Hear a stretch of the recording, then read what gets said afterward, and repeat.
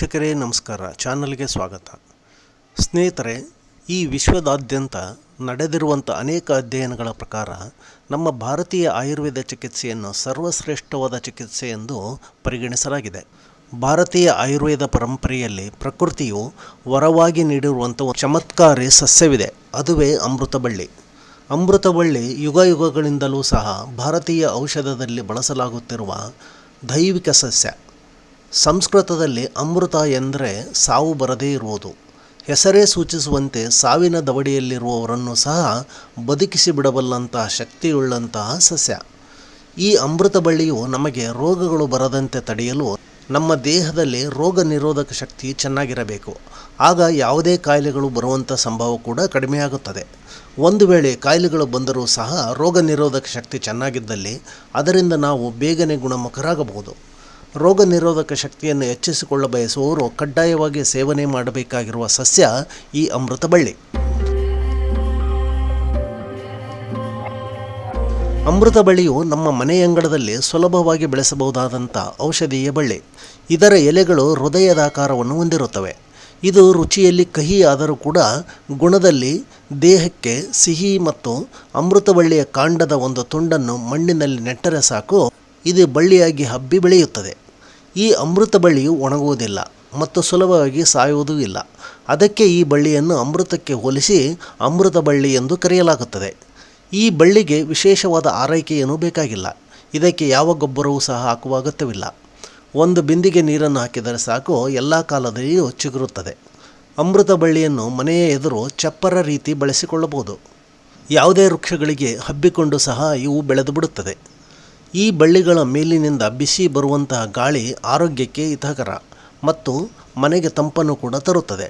ಈ ಬಳ್ಳಿಗಳ ಅಡಿಯಲ್ಲಿ ನಿಲ್ಲುವ ಅಥವಾ ಸಾಗುವ ಮನುಷ್ಯನು, ಎತ್ತಿನ ಗಾಡಿ, ಪಶು ಪಕ್ಷಿಗಳು ಹಾಗೂ ವಾಹನಗಳು ಅಪಘಾತಗಳಿಂದ ಸುರಕ್ಷಿತವಾಗಿರುತ್ತವೆ ಎಂಬ ನಂಬಿಕೆ ಕೂಡ ಇದೆ. ಸಂಸ್ಕೃತದಲ್ಲಿ ಈ ಸಸ್ಯಕ್ಕೆ ಗುಡುಚಿ ಎಂದು ಕರೆಯಲಾಗುತ್ತದೆ. ಗುಡುಚಿ ಎಂದರೆ ರೋಗಗಳಿಂದ ದೇಹವನ್ನು ರಕ್ಷಿಸುವುದು ಎಂದರ್ಥ. ಧಾರ್ಮಿಕ ನಂಬಿಕೆಗಳ ಪ್ರಕಾರ ತ್ರೇತಾಯುಗದ ರಾಮ ರಾವಣರ ಯುದ್ಧ ಮುಗಿದ ನಂತರ ಸತ್ತವರನ್ನೆಲ್ಲ ಬದುಕಿಸಲೆಂದು ದೇವೇಂದ್ರನು ಅಮೃತ ಸಿಂಚನವನ್ನು ಮಾಡಿದನಂತೆ. ಹೀಗೆ ಭೂಮಿಯ ಮೇಲೆ ಬಿದ್ದಂಥ ಕೆಲವು ಅಮೃತ ಬಿಂದುಗಳಿಂದ ಈ ಸಸ್ಯ ಹುಟ್ಟಿಕೊಂಡಿದೆ ಎಂದು ಹೇಳುತ್ತಾರೆ. ಅದುವೇ ಅಮೃತಬಳ್ಳಿ. ಹಾಗಾಗಿ ಈ ಸಸ್ಯವು ನಮಗೆ ದೇವರು ಕರುಣಿಸುವ ವರವೇ ಆಗಿದೆ.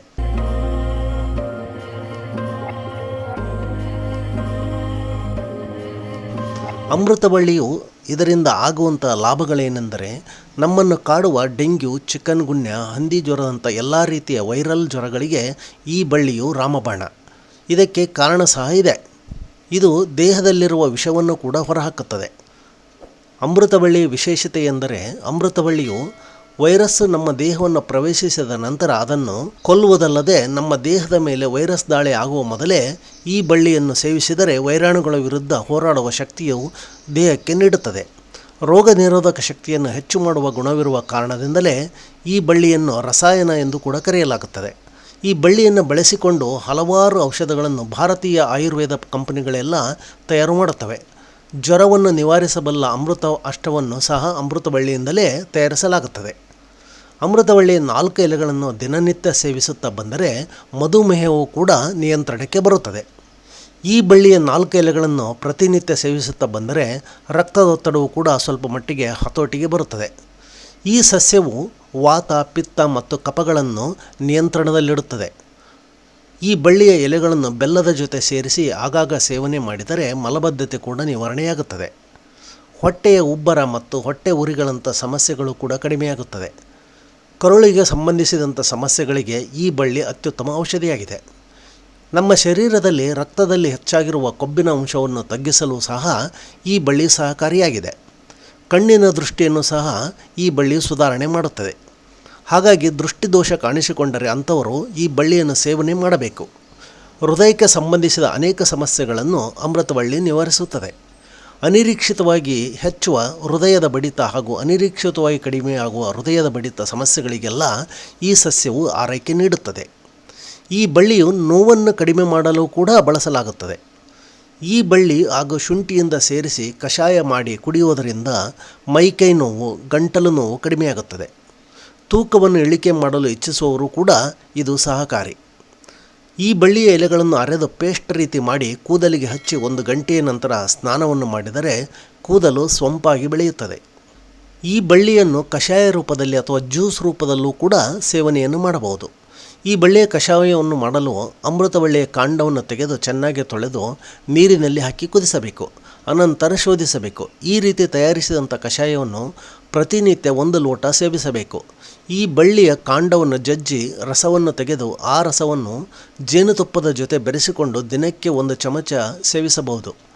ಈ ಬಳ್ಳಿಯ ಎಲೆಗಳನ್ನು ಸ್ವೀಕರಿಸಬಹುದು ಮತ್ತು ತಂಬುಳಿ ಅಂತ ಅಡಿಗೆಯನ್ನು ಕೂಡ ತಯಾರು ಮಾಡಬಹುದು.